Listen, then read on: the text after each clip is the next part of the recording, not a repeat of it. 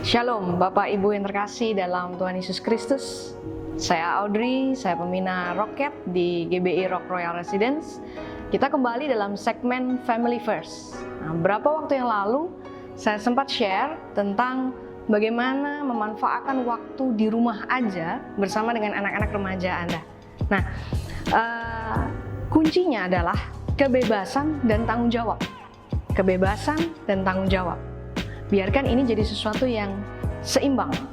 Kalau dia sudah melakukan tanggung jawabnya sebagai seorang anak, jadi anak Anda sudah melakukan tanggung jawabnya sebagai seorang anak dan sebagai seorang murid, menjalankan tugas-tugasnya, school from home kan, jadi mungkin banyak tugas. Jadi mereka sudah mengerjakan semuanya dengan baik dan bertanggung jawab. Berikan mereka kebebasan untuk memilih kegiatan positif apa yang bisa dilakukan selama di rumah. Jadi kebebasan dan tanggung jawab ini bisa menjadi sesuatu yang membuat anak-anak merasa nyaman berada di rumah. Nah, kegiatan apa yang bisa dilakukan di rumah misalnya? Tentu saja saya berharap kegiatan yang bisa dilakukan bersama antara papa, mama, dan anak. Karena dengan begitu bisa terjalin koneksi yang lebih lagi antara Anda dengan anak-anak Anda. Nah, ada kegiatan-kegiatan bersama yang bisa dilakukan. Misalnya, tapi catatan Bapak Ibu, kegiatan-kegiatan itu harus relevan buat mereka. Kegiatan-kegiatan itu harus trendy buat mereka. Apa tujuannya? Kenapa kok harus lakukan kegiatan-kegiatan yang trendy? Agar Bapak Ibu nampak relevan buat mereka. Tujuannya untuk menjangkau mereka lebih lagi. Gitu. Karena anak-anak remaja ini ada trik tersendiri untuk dekat dengan mereka. Mereka suka dengan segala sesuatu yang trendy, suka dengan segala sesuatu yang current, yang relevan. Nah, beberapa waktu yang lalu saya sharing dari Mazmur 127 ayat 4 yang bilang, jadilah pahlawan untuk anak-anak Anda. Nah, pahlawan, bagaimana kita bisa jadi pahlawan buat mereka adalah kalau kita relevan buat mereka. Kita ada di dunianya mereka. Kita speak their language. Nah, saya berharap bahwa Bapak Ibu mau melakukan kegiatan-kegiatan yang agak trendy. Nah, apa contohnya? Contohnya TikTok, Bapak Ibu. Mungkin Bapak Ibu belum pernah dengar, TikTok adalah sebuah aplikasi di mana kita menirukan gerakan-gerakan yang ada di aplikasi tersebut. Kalau kita mau melakukannya bersama anak-anak kita jadi relevan buat mereka. Mungkin memang selama ini yang melakukan anak-anak muda, tapi saya lihat Instagram banyak banget papa, mama juga lakukan bersama dengan anak-anaknya. Jadi itu membuat anak-anak jadi berpikir, wow, papa mamaku keren banget ya. Papa mamaku relevan banget, current banget, tahu up to date tentang dunia ini. Nah, dengan begitu, yang dijadikan pahlawan atau idola mereka bukan dunia ini, bukan orang-orang di luar, tetapi papa mamanya sendiri. Nah, itu tujuan kita, kenapa kita harus dekat dengan mereka dan masuk ke dunia mereka. Yang kedua, kita bisa lakukan kegiatan positif yang lain, seperti belajar musik dari YouTube. Bisa belajar bareng, atau kalau papa bisa main gitar juga, bisa main musik juga, bisa jamming bareng. Kemudian masak bareng, mungkin sama mama.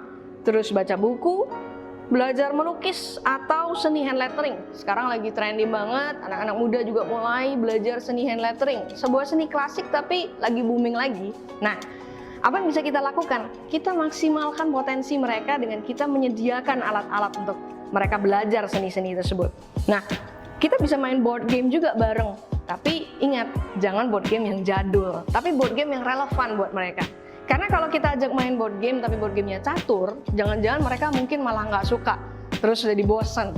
Tapi kalau kita main board game yang relevan dengan gaya hidup mereka saat ini, kita bisa menyatu dengan mereka, bisa connect dengan mereka.